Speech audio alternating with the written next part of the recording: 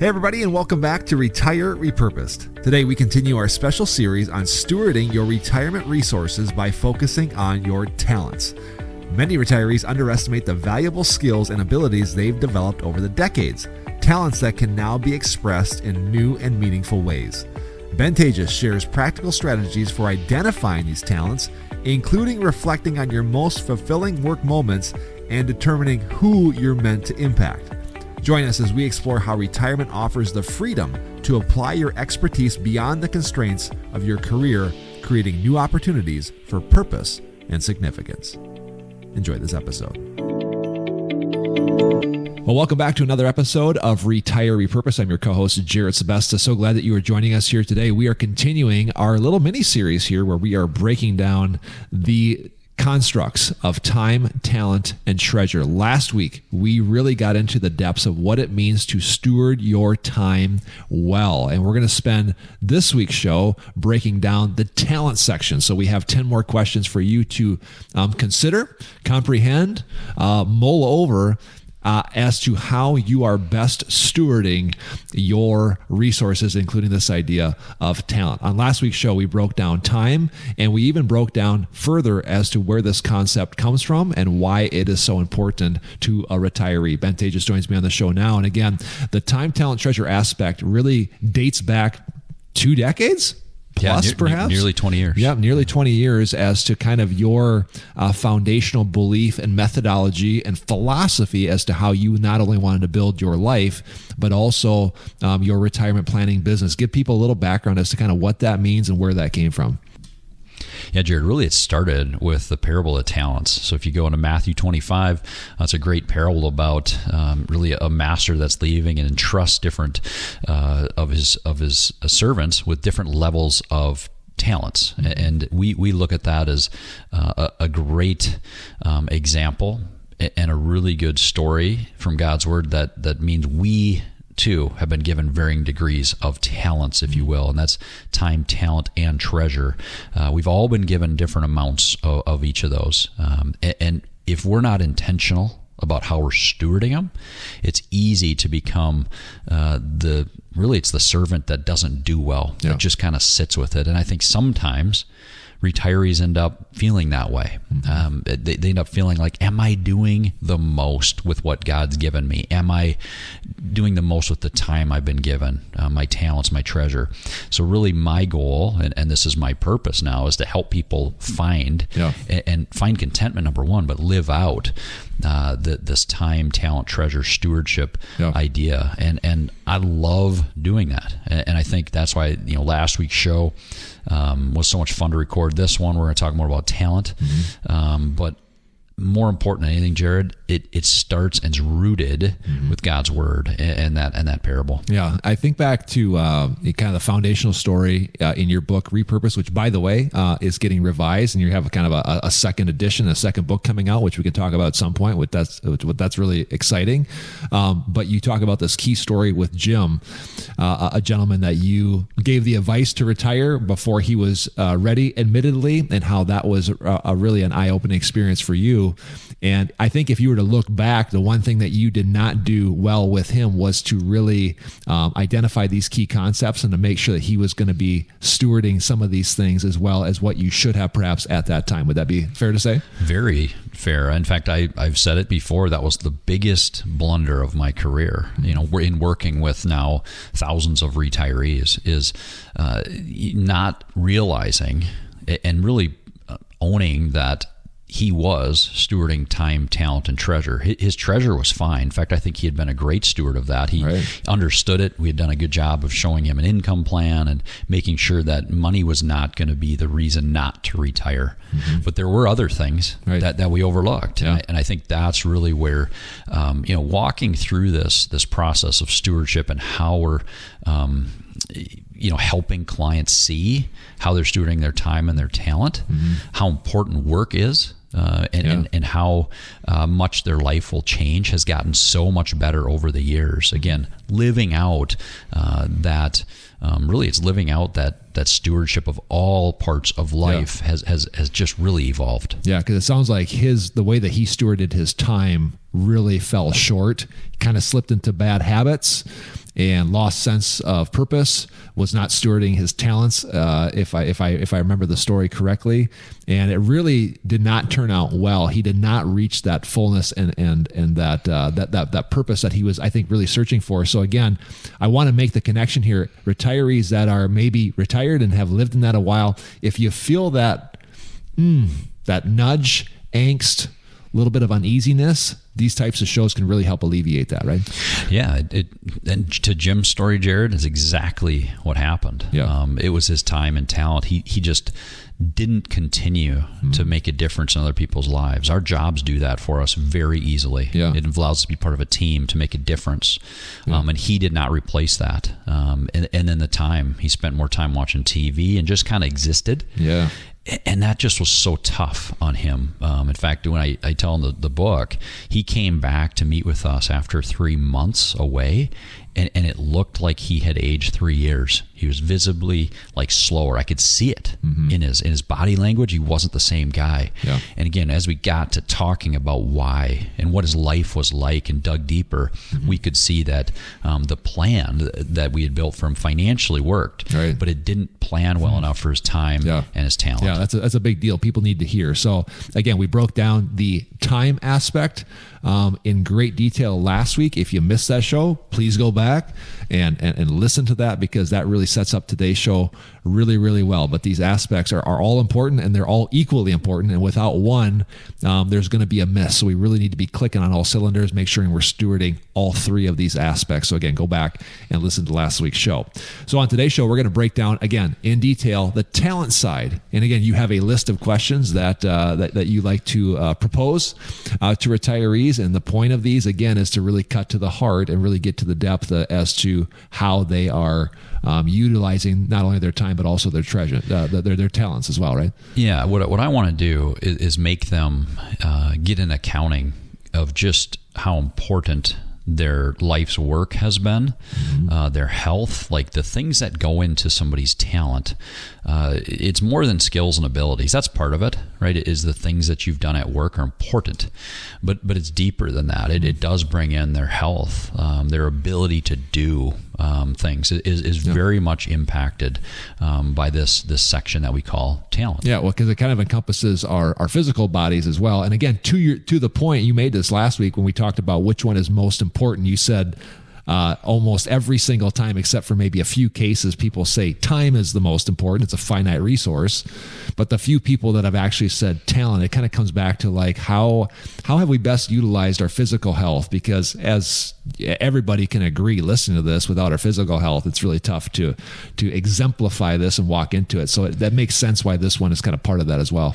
Yeah, and the people that don't say time almost always are going through some kind of a medical, not emergency or crisis, but almost. It's like, I did have a client once going through this, Jared, that said, Ben, you talk a lot about time and treasure, but really I can't enjoy my money, nor can I enjoy my time, right, with the inability to move around. And that this person had there was pretty significantly overweight, unable to go and enjoy things. And there was some regret for, why didn't I take care of my body better over the years? And now I've got all this money and I do have time, but I really can't enjoy it. Yeah. And that's really the first question I'll ask people, Jared, is, how has your health impacted your life in the past? And how may it impact your retirement? And that kind of started from me just moving right into all these exciting things about retirement. And hey, you got more time, and look at this. You're going to be able to give more, to spend more time with your family, and to be able to experience things. And this person looked at me and said, "Yeah, but my health won't allow it." Right? And that's a tough one. Right. I know there's people listening today that maybe you're dealing with a pretty significant disease. Maybe it's cancer. Maybe it's maybe you are overweight. Maybe it's, Alzheimer's is such a scary thing today. No. Again, I would tell people, do what you can right now to start to improve your health. I'm doing that myself, Jared, right now, kind of in a little journey of, okay, what am I putting into my body? Am I getting enough exercise? Yes, my wife listens to the show sometimes, and I'm doing better, honey. But I think those are important things, because the little incremental changes that we can make early in life will pay huge dividends later on, right? If you want to talk about like making a difference, I love the book James Clear wrote not that long ago, Atomic Habits. Make some little changes today, because long term, it will create just payoff huge. I think he says something like habits, maybe misquote this, but he says habits are really the compound interest of self-development or improvement or something along those lines. And that's it. 100%. Right? Little changes today in your health can make a huge difference when you get to that stage of life when you do want to, free up more time to do the things you want to do. Well, you don't kind of overnight kind of lean into like putting on weight or maybe some of those other health issues, so to speak. And so lots of times you're not going to get out of them overnight either. But to your point, I think it's just making these small little deposits every day. Again, we talked about this last week on the time section. We've been given this moment. One of the greatest privileges we have here as human beings is we get the benefit of free will, and we can choose. And so why not choose wisely? Why succumb to this idea that it's too little, too late? And I think of another book, Ben. It's one of my favorite books I read a couple years ago. It was Be Your Future Self Now by Dr. Benjamin Hardy. By the way, another great author, as well as James Clear, to read. But he has a chapter in there called, I can't remember what the chapter is called, but the idea is that you're always making deposits or withdrawals of your future self. And that's what actually keeps me in line a lot more when it comes to my physical health. If I eat this, will I regret it tomorrow, or will I be thankful that I ate it or didn't eat it? And to me, that really, really helps me just solidify this idea of I can make little choices today to help myself tomorrow physically.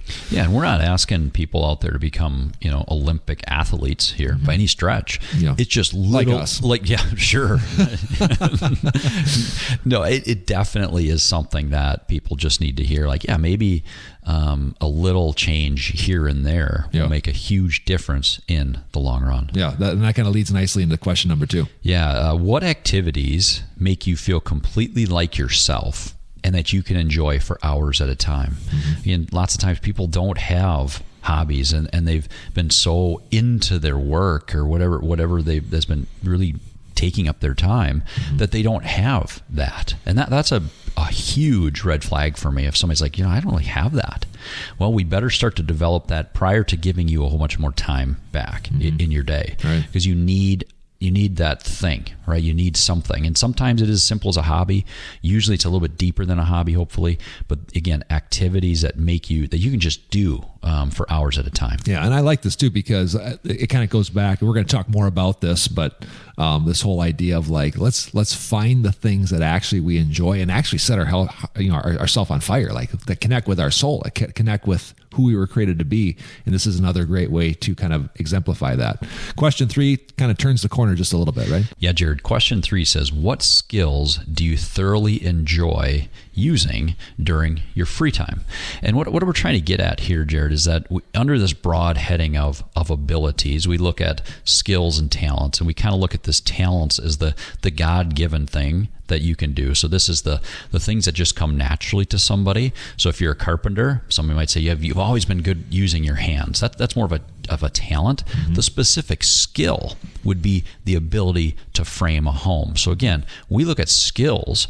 What are things that you just like to do using kind of the things that you've learned over your career? Yeah. And again, I like this question because it starts to kind of dive into purpose, perhaps, because it'll kind of leak into that as well. I'm actually surprised, honestly, the amount of people that I encounter, because I love having these high level conversations with people, not just retirees, but a lot of people that they get stuck because they can't identify these key factors that kind of give clues as to how they were specifically created. And I think everybody is created very uniquely with specific different sets of abilities, so to speak. But like, what a better time now to kind of dive into that and really kind of figure that out, right? Yeah, it's a perfect time. And I think if you're looking at how God wired you, you're going to want to look at the talents in your life. And I think that the next question, what are things that you naturally do well, ties into that. So we're trying to get them to think, here's the skills, the things that I like doing during my free time. Here's the talents that I really, that I naturally am just good at. Yeah. So again, get thinking of both. Both are important. Sure. Right? Both come under this heading of abilities, but both of them will allow you to think of, okay, what am I going to enjoy? And are there things, so maybe you're good with your hands, are there things that maybe that talent that God gave me of being able to learn quickly and do things with my hands that now I can do in retirement? Can I learn a new trade, perhaps? Can I learn something different that I've never had the time to do? Yeah, and these are all clues. Again, the question here is to kind of ponder on these, sit on them, because God's left you clues. Like, again, whether you're 45 or 65 or 75, and you're kind of struggling as to how you want to best steward this aspect of your life. Again, God's giving you clues. He's not going to leave you hanging on this one.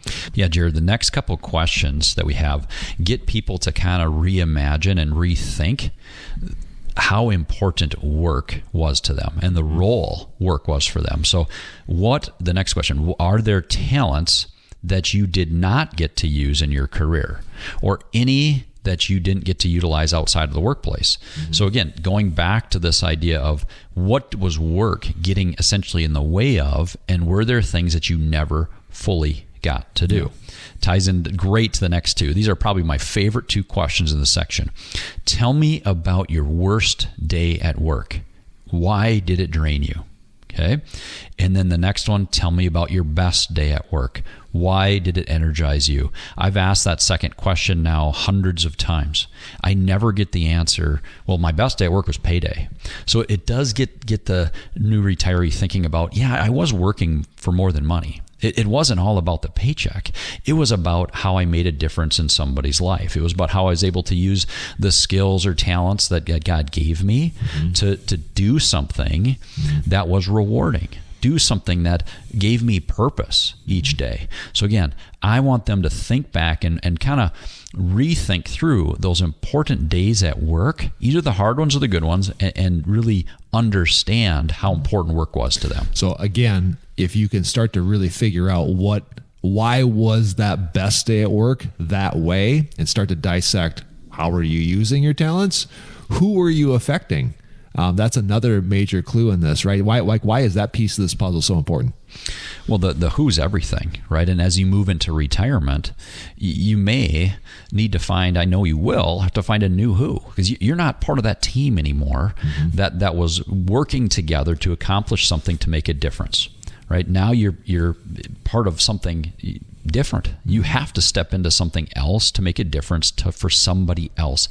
Everything that means something and that is lasting in this world has a person impact. It is people impact. So if you can't tie what you're doing every single day into making a difference for somebody else, you will struggle with feeling as if you're living out your calling in retirement. Yeah. The next one has a little bit to do with time, but a lot to do with your talents as well. Talk about that one.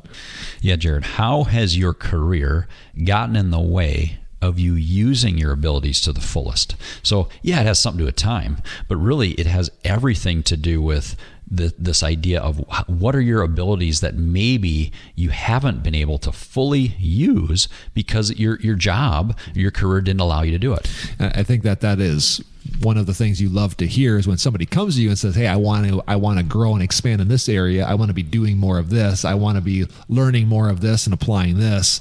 And my job now is kind of getting in the way. And that's kind of the best case scenario. Yeah. To anybody listening today that feels a little bit underutilized at work, that's a great question. That happens a lot. Yeah, and it does. It happens a lot. And if you're feeling that way, don't just wait on it. Don't sit on it. Wait till retirement to go use it. Find ways to better enjoy your work by knowing that you are utilizing your abilities to the fullest.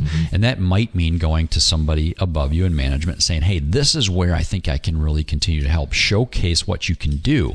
Don't wait to retirement to do it. But if you are coming into retirement, man, what a great time to look at the abilities that you knew you could do more. And maybe you're starting a new business. Maybe you're utilizing them in a nonprofit. Maybe there's just in your family, there's these things that you're good at that really your career got in the way of you using. I would also encourage people to think about those desires that you have, and maybe that feeling of being, quote, underutilized, like you said. That's not a bad thing. That's actually that's a good thing, because God's giving you this inkling to want more, desire more, learn more, do more.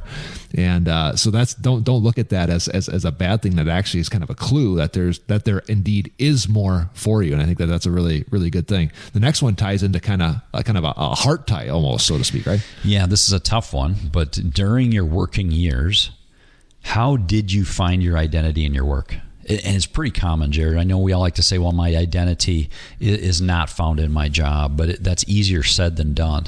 So if you've ever been, at a dinner party or something, what's the first question people ask? What do you do? What do you do? And that's a tough one for retirees to ask. I always tell retirees, don't answer that with, I'm retired. There's so many things. That is not your identity. Just like, if people ask me, who are you and what do you do? I shouldn't just say, well, I'm a financial advisor, wealth advisor. Yeah, no. It should be so much deeper than that. Same thing. If you're a retiree, don't answer the question, yeah, I'm retired. What makes you who you are? What did you do while you're working? And then how are you using that now? So again, how did you find your identity in your work? Really understand for a new retiree how important that work was to your identity, and then making sure that number one, we're rooting our identity in what's really important, usually not our career. Yeah, very tough to do, because again, it's hard not to find some connection to our heart, to our work, which I think is healthy. It's just when your full identity is that. And obviously you can see the problems that poses once you retire, and that goes away. We have one question left. What is it?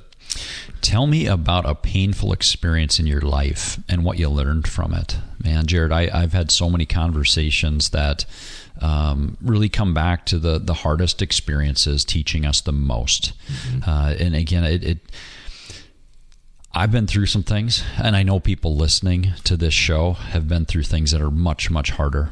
People that are listening right now probably lost loved ones, maybe recently. Maybe you're going through just a really tough health thing. Maybe somebody in your family is. What's God showing you from that? Too often times it becomes really clear later in life, right? After you've come off the other side.